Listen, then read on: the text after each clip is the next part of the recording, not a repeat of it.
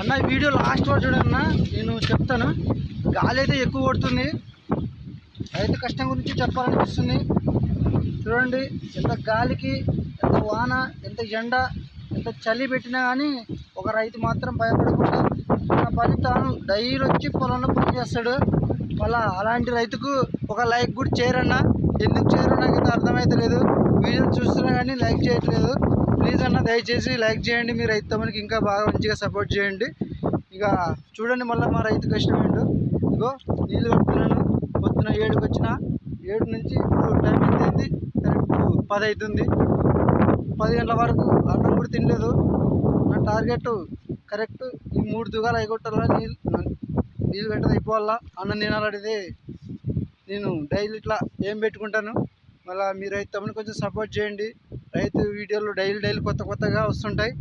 మళ్ళీ రైతుకి సపోర్ట్ చేస్తారని మనస్ఫూర్తిగా అయితే నమ్ముతున్నాను.